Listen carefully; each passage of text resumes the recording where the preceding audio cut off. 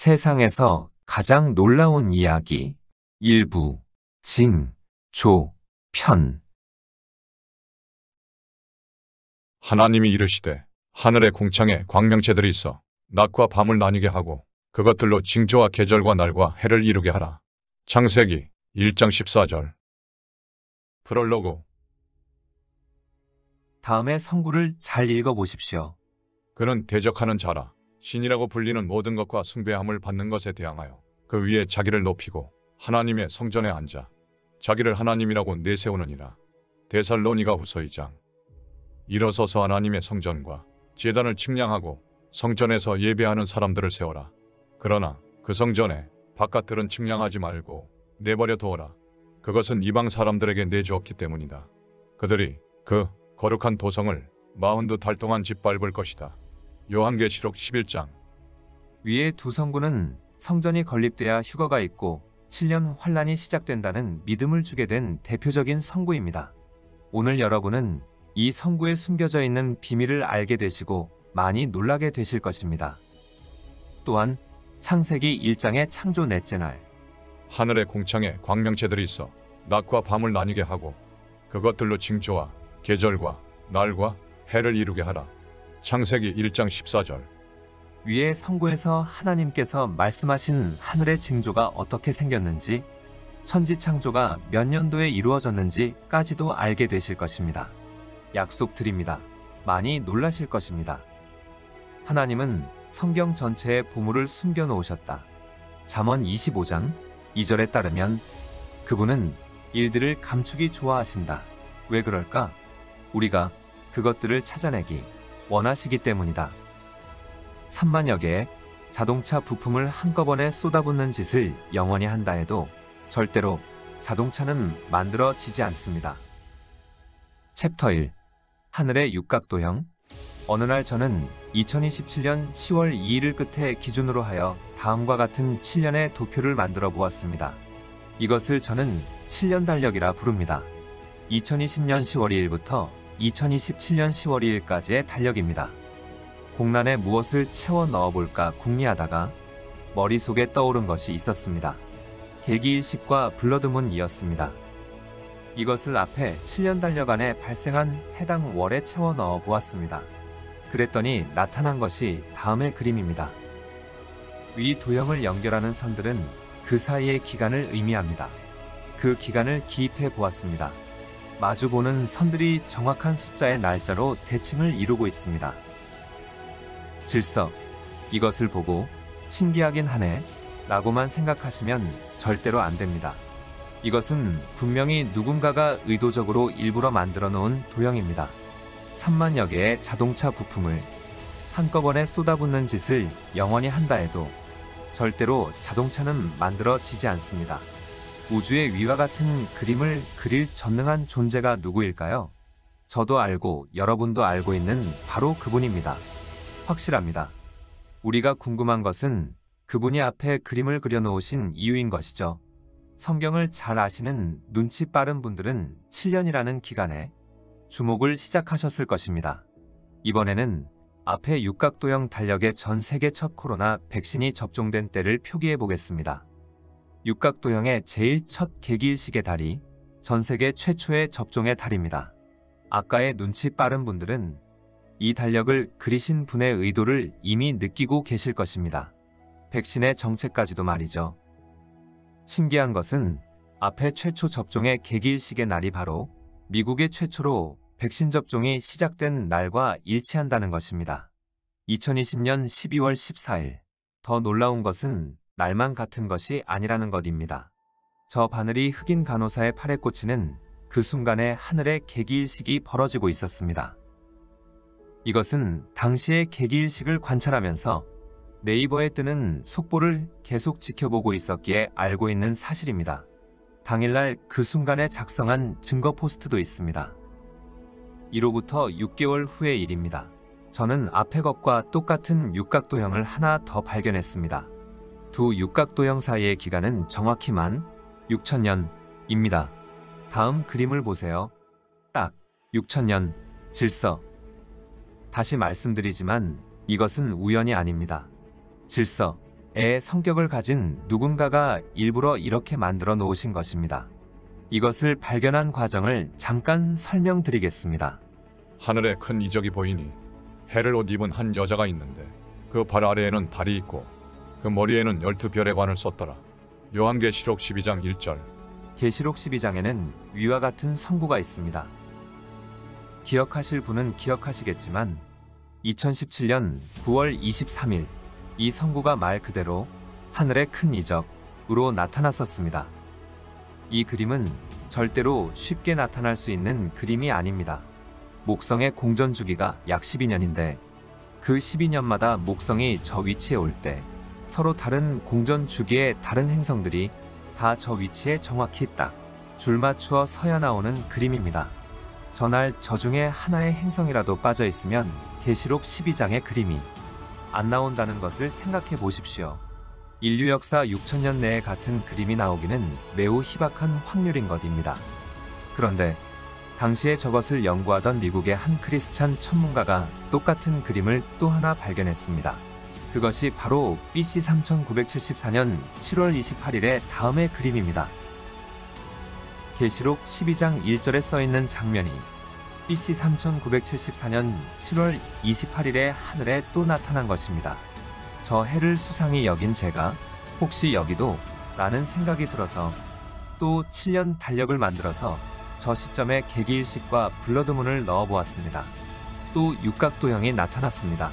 이것은 우연이 아닌 것입니다. 계기일식과 블러드문의 순서와 그 사이의 기간까지 정확히 처음 발견한 육각도형과 일치했습니다. 한마디로 쌍둥이라는 뜻이죠. 집중하세요. 저 때의 달력을 보여드리겠습니다. 또 눈치 빠르신 분들은 위의 그림의 숫자들을 보고 제 생각을 눈치채셨을 것입니다. 저는 저 때 저 달력을 처음 보고서는 여자의 징조가 나타난 그날이 천지창조의 넷째 날이며 행성 운행이 시작된 첫 장면이라고 의심을 시작한 것입니다. 하필 저날이 일주일의 한가운데에 있고 그 끝인 7일째가 안식일이기 때문입니다. 하나님이 그가 하시던 일을 일곱째 날에 마치시니 그가 하시던 모든 일을 그치고 일곱째 날에 안식하시니라. 창세기 2장 2절. 저의 의심에 결정적으로 불을 붙인 것은 첫째 날 때문이었습니다. 실제 행성은 없었던 첫째 날이지만 천문 프로그램인 스텔라리움은 그것과 상관없이 그 전에 천문도 볼 수 있기에 저는 첫째 날의 하늘을 관찰했던 것입니다. 계기일식, 마치 이날이 창조의 첫째 날, 맞다고 일부러 방점을 찍어 놓으신 듯 계기일식이 첫날에 존재했습니다. 제 추측이 맞다면 창조의 첫째 날은 계기일식과 함께 시작한 것입니다. 한마디로 창조하신 분이 첫날 기념으로 표식을 남겨두신 것이죠. 특이한 것은 이것만이 아닙니다. 이 징조의 일주일이 1년 내에서 차지하는 위치 역시 우연이라고 말할 수 없는 질서를 이루고 있는 것입니다.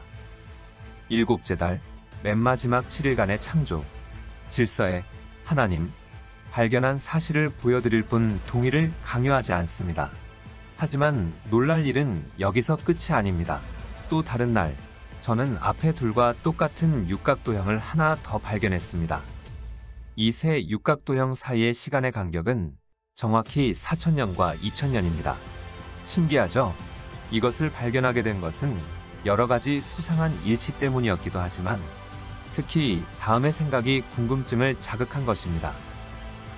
창조주께서 만들어 놓으신 질서, 인류 역사 정확한 6000년. 그렇다면 혹시 하는 생각이 든 것입니다. 십자가의 사건이 인류 역사 정확히 4대2의 지점에 있었을지 모른다. 그래서 뒤져본 것입니다. 그랬더니 어김없이 튀어나왔습니다. 여러분, 여러 성경학자님들이 십자가의 해를 AD 30년이나 다른 어떤 해를 지목하고 있다는 거 저도 알고 있습니다. 그분들이 역사 기록들을 뒤지셔서 타임라인을 맞추어 보신 것이죠. 하지만 이 생각을 해봐야 합니다. 그 역사 기록이 사탄이 장난쳐 놓은 것이라면 지금의 세상의 왕은 사탄이기 때문입니다.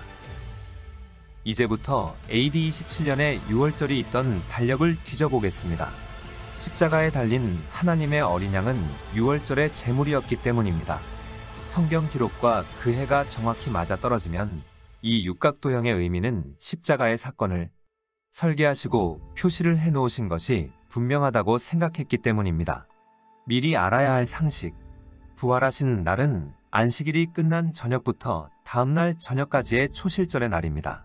즉, 토요일 저녁부터 일요일 저녁 사이입니다. 다음에 성구가 그것을 증명하죠. 안식일이 다 지나고 안식 후 첫날이 되려는 새벽에 막달라 마리아와 다른 마리아가 무덤을 보려고 갔더니 마태복음 28장. 그들은 빈 무덤을 일요일 새벽에 발견한 것입니다. 그럼 이제부터 그 해의 달력을 같이 보시죠. 놀랍죠? 심지어 이 세 가지 해는 달력까지 똑같습니다. 결론을 말씀드립니다.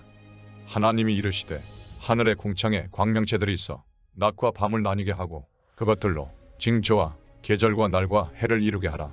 또 광명체들이 하늘의 궁창에 있어 땅을 비추라 하시니 그대로 되니라. 창세기 1장 14절에서 15절. 위의 말씀 속에서 해와 달로 만드신 그 징조의 정체는 역사를 설계하신 분이 역사의 가장 중요한 사건을 표시해둔 바로 해와 달로 이루어진 이 육각도형일 가능성이 99%라고 저는 생각하는 것입니다. 하지만 여러분, 그때 만드신 징조는 이것 하나만이 아닙니다. 챕터 2는 그것의 이야기입니다. 챕터 2, 데칼코마니. 어느 날 저는 2027년 10월 2일을 끝에 기준으로 하여 또 다른 7년의 도표를 만들어 보았습니다. 여기에 개기일식과 금한일식을 넣어 보았습니다. 그랬더니 다음과 같이 선명한 데칼코마니가 나타났습니다.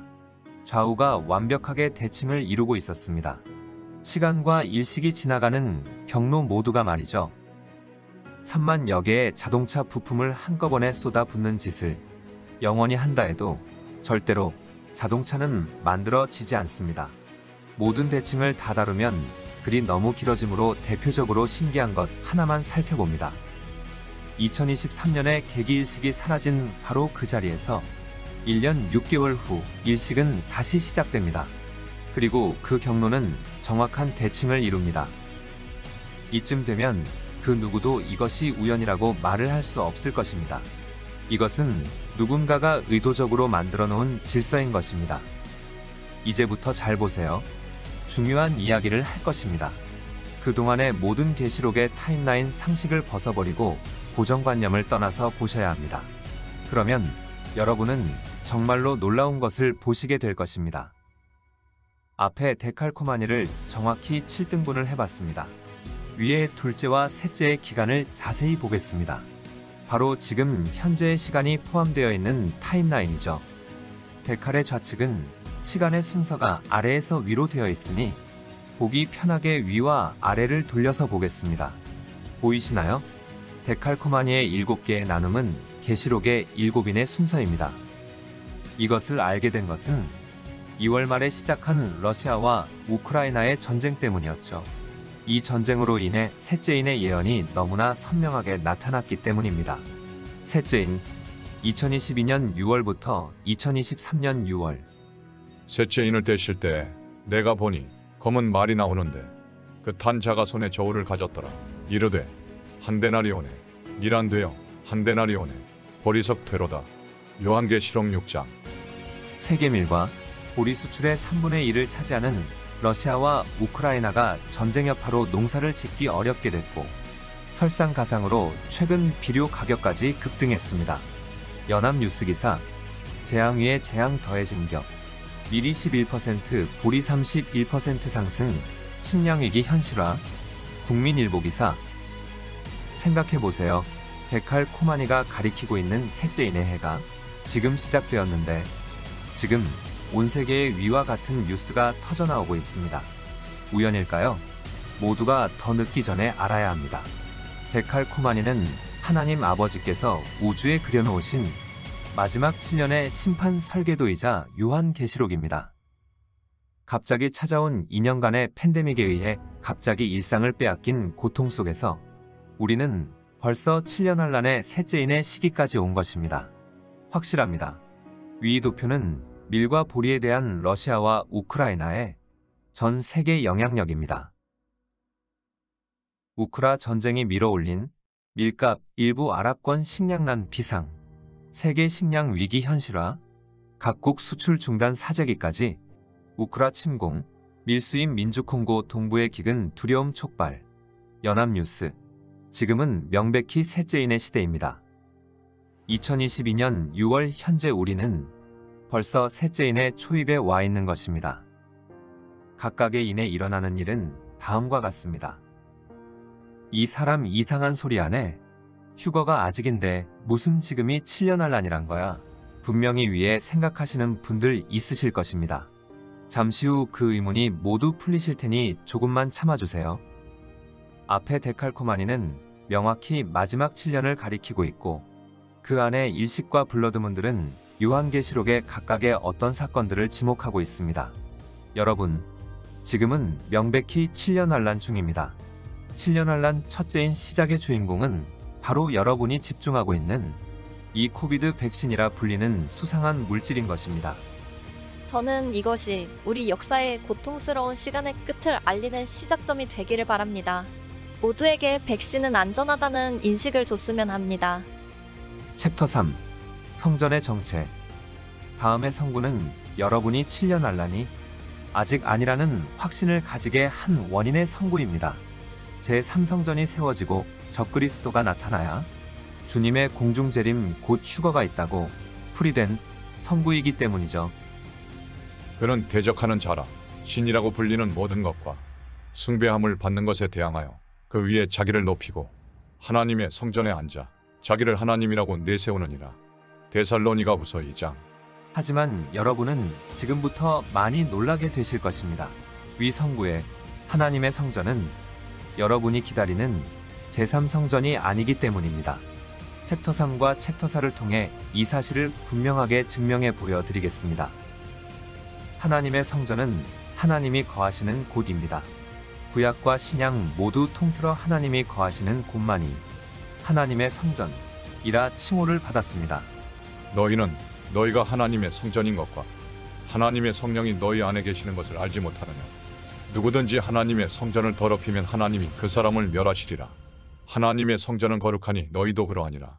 고린도전서 3장 16절에서 17절 말씀. 신약 성경에 나오는 하나님의 성전은 성령님이 거하시는 성도의 몸입니다.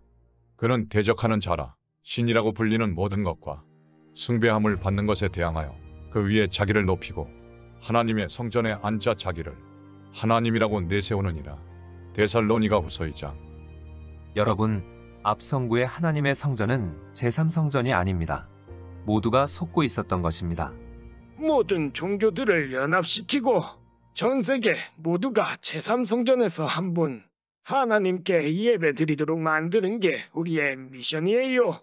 위에 성전 건립 추진 랍비의 말처럼 제3성전은 통합종교의 메카로 세워지는 귀신의 성전입니다. 제3성전은 사탄이 하나님을 조롱하기 위해 세우는 귀신의 신전인 것입니다. 성경은 절대로 귀신의 신전을 하나님의 성전이라고 부르지 않습니다. 다시 다음의 성구를 자세히 읽어보십시오. 그는 대적하는 자라 신이라고 불리는 모든 것과 숭배함을 받는 것에 대항하여 그 위에 자기를 높이고 하나님의 성전에 앉아 자기를 하나님이라고 내세우느니라. 데살로니가 후서 2장.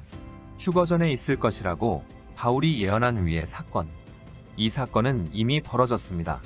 지난 2년간 지금의 백신은 짐승의 표는 아니고 짐승의 표 시스템으로 가는 과정일 뿐이다. 어쩔 수 없을 때는 기도하고 맞으면 된다. 2020년 12월 14일 계시록 13장의 첫째 짐승 미국에서 백신의 첫 접종이 시작되었습니다.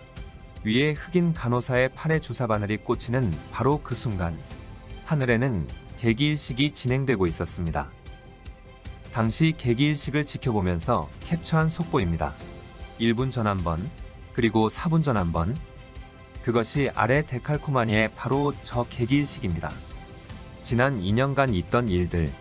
지금의 백신은 짐승의 표는 아니고 짐승의 표 시스템으로 가는 과정일 뿐이다. 어쩔 수 없을 때는 기도하고 맞으면 된다. 백신은 구원이라는 사진과 목사들의 접종 인증샷의 모습, 그리고 당시 교회들의 주보 모습입니다. 백신 접종은 나 자신과 이웃을 바이러스로부터 보호할 수 있는 가장 효과적인 방법입니다. 모두 백신 접종에 힘써 주시기 바랍니다. 코로나 백신이 넉넉히 확보되어 전 국민에게 속히 백신 접종이 이루어지게 하소서.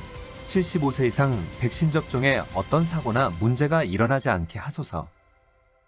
건강하고 안전한 예배를 위해 백신 접종 연령에 해당되는 분들은 정부 지침에 따라 협력을 부탁드리며 백신 접종하신 분들만 모든 공예배에 참석 바랍니다. 그는 대적하는 자라 신이라고 불리는 모든 것과 숭배함을 받는 것에 대항하여 그 위에 자기를 높이고 하나님의 성전에 앉아 자기를 하나님이라고 내세우느니라. 데살로니가 후서 2장. 다시 말씀드립니다. 하나님의 성전은 성도들의 몸입니다. 지금까지는 맛보기입니다. 이제 다음의 챕터 4를 통해 여러분은 지난 2년간의 사건이 계시록에 너무나 선명하게 적혀 있었다는 것을 깨닫게 될 것입니다. 단지 눈이 가리워져서 못 알아봤을 뿐이죠. 챕터 4. 거룩한 도성. 다음의 성구를 자세히 읽어보세요. 일어서서 하나님의 성전과 제단을 측량하고 성전에서 예배하는 사람들을 세워라. 그러나 그 성전에 바깥들은 측량하지 말고 내버려 두어라. 그것은 이방 사람들에게 내주었기 때문이다. 그들이 그 거룩한 도성을 42달 동안 짓밟을 것이다. 요한계시록 11장. 위의 성구는 계시록 11장의 첫 줄로서 두 증인이 출현하기 전 있을 일을 예언하고 있습니다. 위 성구 때문에 많은 사람들이 제3성전의 건립을 기다리고 있지요. 제3성전이 건립돼야만 42달 동안 성전의 바깥들이 밟힐 거라는 위의 성구가 실현될 거라 믿고 있기 때문입니다. 하지만 여러분, 위의 성구는 제3성전의 이야기도 예루살렘 이야기도 아닙니다. 하나님의 성전이 제3성전이 아님을 앞에서 설명을 드렸습니다. 또한 위 성구에 거룩한 도성이 예루살렘이라면 같은 11장 8절의 예루살렘을 소돔, 애굽이라 표현해 놓은 것이 설명이 안 됩니다. 이 땅의 예루살렘은 하나님의 눈에는 소돔과 애굽으로 보이시는 것입니다. 이미 우리는 하나님의 성전은 성도의 몸이란 사실을 알고 있습니다. 이것을 기억하시고 다음의 성구를 읽어보세요. 그 가운데 하나가 나에게로 와서 말하기를 이리로 오너라. 어린 양의 아내인 신부를 너에게 보여주겠다 하고 나를 성령으로 휩싸서 그곳 높은 산 위로 데리고 가서 하나님께로부터 하늘에서 내려오는 거룩한 도성 예루살렘을 보여주었습니다. 위의 성구는 천사가 요한에게 거룩한 성을 보여주는 장면입니다. 그런데 천사의 표현이 좀 독특하죠. 천사는 앞의 성구에서 거룩한 도성이 어린 양의 신부라고 말을 하고 있습니다. 정확한 표현으로는 어린 양의 신부같이 이쁘게 단장한 거룩한 도성이라고 말해야 맞는 것이죠.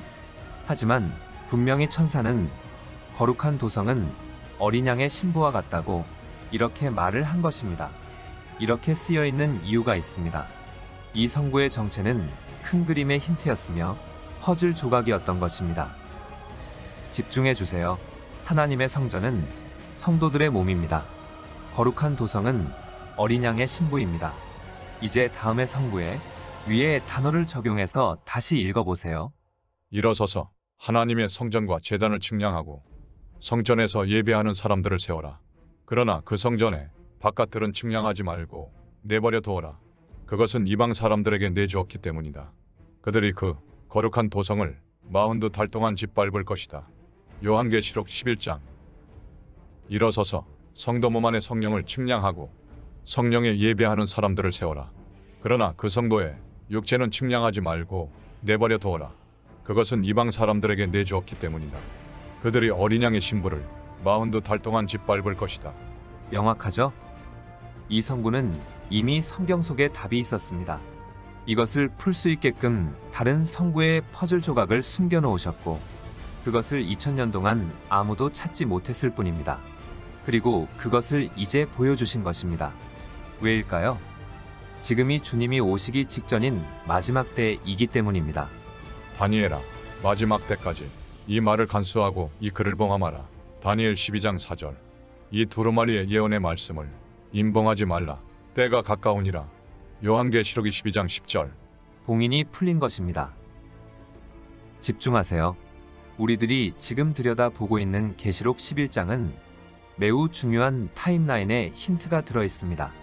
앞에서 본 하나님께서 만들어 두신 육각도형과 데칼코마니의 목적은 지금이 인류 역사 마지막 7년이라는 것을 말씀해 주시기 위해서였고, 분명히 우리는 7년 환란의 안에 들어와 있습니다. 계시록 11장에는 그 7년에 전 3년 반과 후 3년 반의 일이 적혀 있는 것입니다. 전 3년 반 그들이 그 거룩한 도성을 42달 동안 짓밟을 것이다. 11장 2절. 후 3년 반 그들은 1260일 동안 상복을 입고 예언할 것이다. 11장 3절. 위 두 기간이 각각의 3년 반이라는 장담을 하는 이유가 있습니다. 이방인과 두 증인은 같은 장소에서 공존할 수 없기 때문이죠. 만일 누구든지 그들을 해하고자 하면 그들의 입에서 불이 나와서 그들의 원수를 삼켜버릴 것이요 누구든지 그들을 해하고자 하면 반드시 그와 같이 죽임을 당하리라. 계시록 11장 5절. 예루살렘에서 활동하는 두 증인의 주변에는 이방인이 접근할 수가 없습니다. 접근하는 순간 살해당하기 때문입니다. 이제 우리가 알게 된 이 사실들을 데칼코마니에 그려보겠습니다. 이제 다시 성구를 보세요. 일어서서 성도 몸 안에 성령님을 측량하고 성령님의 예배하는 사람들을 세워라. 그러나 그 성도의 육체는 측량하지 말고 내버려 두어라. 그것은 이방 사람들에게 내주었기 때문이다. 그들이 어린 양의 신부를 42달 동안 짓밟을 것이다. 위 성구는 다음의 사실을 이야기하고 있습니다. 전 3년 반의 짐승이표는 육신은 죽이지만 영혼은 해치지 않는다.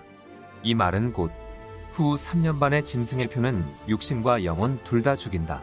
이 소리입니다. 누구든지 짐승과 그의 우상에게 경배하고 이마에나 손에 표를 받으면 불과 유황으로 고난을 받으리니 누구든지 밤낮 쉼을 얻지 못하리라. 계시록 14장. 이제 눈치채셨지요? 전 3년 반과 후 3년 반의 사건은 쌍둥이로 설계되어 있습니다. 짐승의 표는 전 3년 반과 후 3년 반 둘 다 있었던 것입니다. 챕터 5 계시록의 타임라인. 지금부터 그동안 발견해온 계시록의 타임라인을 설명을 드릴 것입니다. 여러분에게 부탁드릴 것은 그동안의 모든 선입견과 고정관념을 내려놓고 영의 상태에서 저의 이야기를 들어주셔야 한다는 것입니다. 그러면 여러분은 환히 열려 막힘없이 읽혀지는 계시록을 보시면서 많이 놀라게 되실 것입니다. 기억하세요. 지금은 모든 봉인을 풀어주시기로 약속하신 마지막 때입니다. 첫째, 일곱인, 일곱 나팔, 일곱 대접. 계시록 안에 들어있는 이 세 가지의 일곱 재앙은 법칙이 있습니다. 일곱인의 일곱 번째 인이 일곱 나팔이고, 일곱 나팔의 일곱 번째 나팔이 일곱 대접입니다. 이것을 그림으로 그려보면 다음과 같습니다. 일곱인은 7년이고, 일곱 나팔은 1년이고, 일곱 대접은 70일입니다. 이것을 7년 달력 도표로 그려보겠습니다. 계시록 6장의 일곱인. 위의 도표는 계시록 6장에 나타나 있는 일곱인의 순서로 도표를 만든 것입니다. 자세히 보시면 맨 아래 일곱 번째 인에 일곱 나팔이 들어있는 것을 보실 수 있습니다. 일곱 나팔이 1년의 기간이라는 것을 알아낸 것은 황충의 재앙이 5달의 기간이라는 것이 힌트였습니다. 잘 보세요. 계시록 안에는 일곱인의 순서가 적혀있는 장이 또 있습니다. 바로 다음의 계시록 14장의 일곱 문단입니다. 위 그림의 세 번째 인을 잘 보세요. 큰 성 바벨론의 심판이 예고되어 있습니다. 지금부터 하는 이야기는 큰 성 바벨론에 얽힌 비밀 이야기입니다. 둘째, 진노의 포도주. 계시록 14장에 나타난 셋째 인의 관련 선구를 자세히 보시겠습니다. 무너졌도다 큰 성 바벨론이여. 모든 나라에게 그의 음행으로 말미암아 진노의 포도주를 먹이던 자로다. 계시록 14장 8절. 14장에 무너진 큰 성 바벨론은 13장에 나타나는 첫째 짐승으로서 첫째 바벨론이자 초강대국, 미국입니다. 참고로 둘째 바벨론은 미국의 멸망 뒤에 유일한 초강대국인 유럽 합중국, 위의 셋째인의 내용으로 보아 미국이 첫째인과 둘째인의 기간에 모든 나라에게 진노의 포도주를 마시게 한 것을 알 수 있습니다. 미국이 모든 나라에게 마시게 한 진노의 포도주의 정체는 무엇일까요? 지난 2년을 기억해 보세요. 답이 너무나 명확합니다. 진노의 포도주의 정체는 바로 백신입니다. 무너졌도다 큰 성 바벨론이여, 모든 나라에게 그의 음행으로 말미암아 진노의 포도주를 먹이던 자로다. 14장 8절. 미국은 전 세계의 진노의 포도주를 먹인 죄로 셋째인에 멸망하게 되는 것입니다. 그것이 곡과 마곡의 전쟁에 미국이 돕지 못하는 이유입니다. 집중하세요. 다음 선구는 예레미야서 25장에 언급되어 있는 첫째인과 둘째인의 예언입니다. 너는 내 손에서 이 진노의 포도주 잔을 받아라. 내가 너를 문 민족에게 보낼 터이니 그들 모두에게 그 잔을 마시게 하여라. 그들이 내 손에서 그 잔을 받아 마시기를 거절하면 너는 그들에게 이렇게 전하여라. 나 만군의 주가 말한다. 너희는 그 잔을 마시지 않을 수가 없을 것이다. 보이지 않느냐? 내가 내 이름으로 불리는 저 도성에서부터 재앙을 내리기 시작하였는데 너희가 무사하게 넘어갈 수 있겠느냐? 너희는 절대로 무사하게 넘어가지 못한다. 이는 내가 온 세계에 전쟁을 일으켜서 모든 주민을 칠 것이기 때문이다. 예레미야 25장 세번역 성경. 내가 내 이름으로 불리는 저 도성에서부터 재앙을 내리기 시작하였는데. 작년의 이스라엘을 기억해 보세요. 이스라엘 국민 여러분, 비접종자들에 의해 주변인들의 건강이 위험에 빠지고 모든 국민의 자유가 빼앗기고 있습니다. 100만 명의 이스라엘 시민들이 계속 접종을 거부한다면 800만의 접종자들은 그들을 집에 가둬 놓을 수밖에 없습니다. 자세한 설명은 생략합니다. 위의 내용이 이해 안 되시면 한 번 더 읽어보세요. 완벽히 이해되실 것입니다. 예레미야 25장이 바로 지난 2년의 상황이란 것을 말이죠. 셋째, 어린 양의 혼인잔치. 지금부터 더 놀라운 이야기를 해드리겠습니다. 타임라인을 정리하다 보니 어린 양의 혼인잔치의 시점을 알게 된 것이죠. 어린 양의 혼인잔치는 지난 역사 모든 하나님의 백성들이 참석하는 잔치입니다. 첫 번째, 휴거 때에 부활하여 올라간 자. 두 번째, 살아서 휴거받아 올라간 자. 세 번째, 7년 환난 중 믿음을 지키려 순교되었다가 여섯째인 때 부활 휴거된 자. 네 번째, 그리고 어린 양의 혼인잔치에 참석할 마지막 참석자는 바로 두 증인입니다. 두 증인이 참석하기 전에는 어린 양의 혼인잔치는 절대로 열릴 수 없는 것입니다. 지난 역사 모든 하나님의 백성이 참석해야 하기 때문이죠. 그러면 어린 양의 혼인잔치는 언제 벌어질까요? 바로 아래의 때입니다. 믿기지 않는 분들을 위해 증명을 해드려 보겠습니다. 계시록 11장의 후반에 두 증인이 부활승천에서 하늘로 올라오면 24장로가 다음과 같이 외칩니다. 이방들이 분노하며 주의 진노가 내려 죽은 자를 심판하시며 첫 번째, 종 선지자들과 성도들과 또 작은 자든지 큰 자든지 주의 이름을 경외하는 자들에게 상 주시며 두 번째, 또 땅을 망하게 하는 자들을 멸망시키실 때로서이다. 계시록 11장 18절. 첫 번째, 종 선지자들과 성도들과 또 작은 자든지 큰 자든지 주의 이름을 경외하는 자들에게 상 주시는 때는 어린 양의 혼인잔치이고, 두 번째, 땅을 망하게 하는 자들을 멸망시키실 때는 일곱 대접의 때입니다. 하늘에서는 어린 양의 혼인잔치, 땅에서는 인류 역사 전무후무한 재앙, 그것이 70일간의 일곱 대접의 때인 것입니다. 사실 이것은 곰곰이 생각해보면 누구나 알 수 있는 상식이었지만 우리가 미처 생각하지 못했던 것일 뿐이죠. 어린 양의 혼인잔치의 조건. 첫째, 남겨져 순교한 자들도 참석해야 한다. 둘째, 두 증인도 참석해야 한다. 답은 7년 환난의 맨 끝자락일 수밖에 없는 것입니다. 휴거가 그때라는 것이 아닙니다. 휴거받은 성도는 순교자들과 두 증인이 올라올 때까지 천성에서 기다리고 있게 되는 것이죠. 여러분이 계시록의 타임라인에 혼동을 하게 된 이유는 어린 양의 혼인잔치의 장면이 계시록 여기저기에 뿔뿔이 흩어져 있었기 때문입니다. 그 성구들을 모아 벤다이어그램으로 만들었습니다. 도표를 참조하시며 그 성구를 찾아서 읽어보세요. 다음의 그림 속 성구들은 한날 한시 한 공간에 벌어지는 어린 양의 혼인잔치의 장면입니다.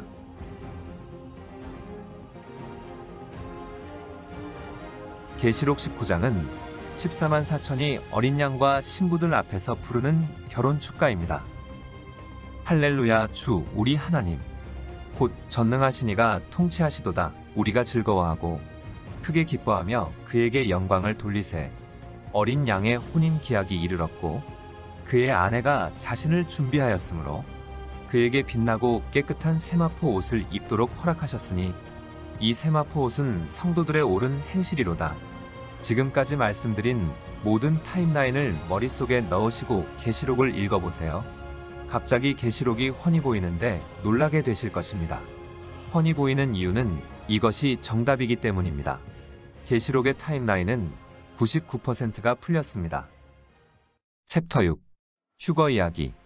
그들이 어린 양의 신부를 42달 동안 짓밟을 것이다. 앞서 이야기한 위의 말 때문에 혼동이 시작된 분들이 있으실 것입니다. 특히 눈 빠지게 주님을 기다리는 분들이 말이죠. 42달 짓밟힌다니 그렇다면 전 3년 반 동안 주님의 공중강림이 없단 말이냐 라는 생각을 하게 되는 것이죠. 하지만 그것은 오해입니다. 어린 양의 신부들의 운명은 두 가지로 나뉘어집니다. 데려가는 자, 버려지는 자. 그러므로 기어 있으라. 집 주인이 언제 올는지 혹 저물 때일는지 밤중일는지 달올 때일는지 새벽일는지 너희가 알지 못함이라. 그가 후련히 와서 너희가 자는 것을 보지 않도록 하라. 깨어 있으라. 내가 너희에게 하는 이 말은 모든 사람에게 하는 말이니라. 마가복음 13장 35절에서 37절 말씀. 위의 성구는 초대교회의 성도들만이 대상이 아닙니다. 바로 지금의 구원받은 모든 사람들에게도 하신 말씀이죠. 주님은 왜 깨어 있으라고 강조를 하셨을까요? 구원받으면 휴거는 프리패스라고 믿던 사람들에게는 불안한 느낌을 주는 성구인 것입니다. 깨어 있으라고 하신 이유는 다음의 성구에 나타나 있습니다. 두 여자가 맷돌질을 하고 있으며 한 사람은 데려가고 한 사람은 버려둠을 당할 것이니라. 그러므로 깨어 있으라. 마태복음 24장. 앞의 성구는 깨어있지 않으면 버려짐을 당한다는 뜻이 분명한 예수님의 경고입니다. 지금 대부분의 성도들은 휴거의 시점을 다음과 같이 생각하고 있습니다. 하지만 위의 생각은 오해라는 것을 알고 있는 사람들이 있습니다. 데칼코마니의 존재를 알고 있는 사람들이죠. 이미 7년 환란에 들어서 있다는 누구도 부정 못할 물적 증거.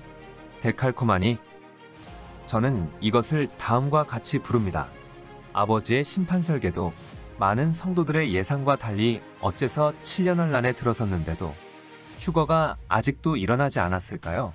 그것은 바로 알곡과 쭉정이를 갈라내는 키질이라는 숨어있는 스케줄이 존재하기 때문입니다. 키질의 도구는 이것입니다. 코로나 백신. 깨어있는 자는 주님이 오시면 문을 열어드리려고 안 자고 기다리는 종을 뜻합니다. 너희는 마치 그 주인이 혼인 집에서 돌아와 문을 두드리면 곧 열어주려고 기다리는 사람과 같이 되라. 주인이 와서 깨어 있는 것을 보면 그 종들은 복이 있으리로다. 누가복음 12장 36절 말씀.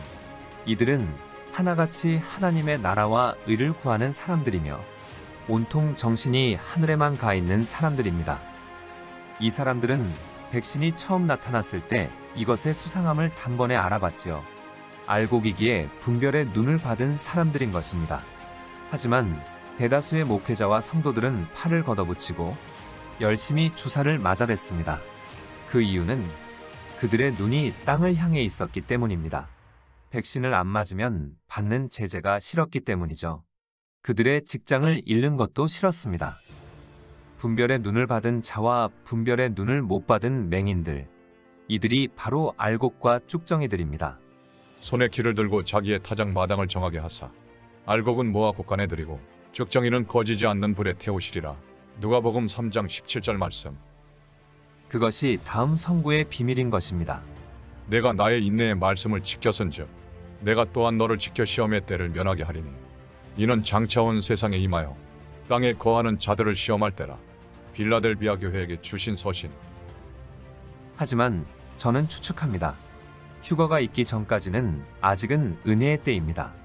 눈이 멀어 백신을 접종했더라도 아직 늦지 않았다고 말이죠. 그는 분명하게 외치고 있습니다. 앞으로 심판의 시간이 오니까 정신 차리고 하나님께 경배하라고 말이죠. 이 말은 7년 환란의 첫째인과 둘째인은 본격적인 심판이 아니었다는 뜻입니다. 회개하고 돌아오면 아직은 기회가 있습니다. 이것은 짐승의 표는 맞지만 후 3년반의 666이 아니기 때문입니다.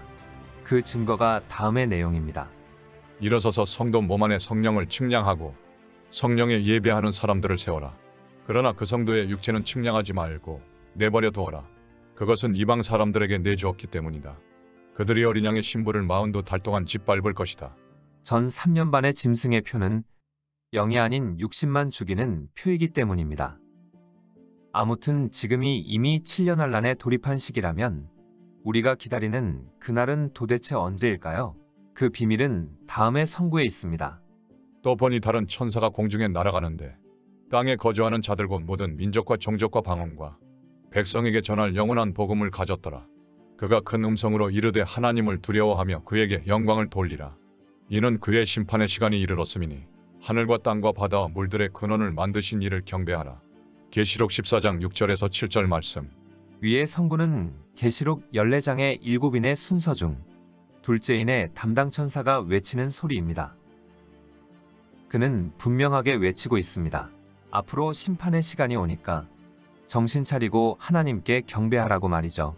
이 말은 7년 환란의 첫째인과 둘째인은 본격적인 심판이 아니었다는 뜻입니다. 그렇다면 본격적인 심판이 언제인지 답은 하나입니다. 내가 나의 인내의 말씀을 지켰은즉 내가 또한 너를 지켜 시험의 때를 면하게 하리니 이는 장차 온 세상에 임하여 땅에 거하는 자들을 시험할 때라. 빌라델비아 교회에게 주신 서신. 저는 생각합니다. 우리가 기다리던 신랑의 공중강림은 고지라고 말이죠. 이 이야기를 하는 오늘은 2022년 5월 23일입니다. 그분 곧 오십니다. 챕터 7 10월 2일의 비밀. 그러나 그날과 그때는 아무도 모르나니 하늘의 천사들도 아들도 모르고 오직 아버지만 아시느니라.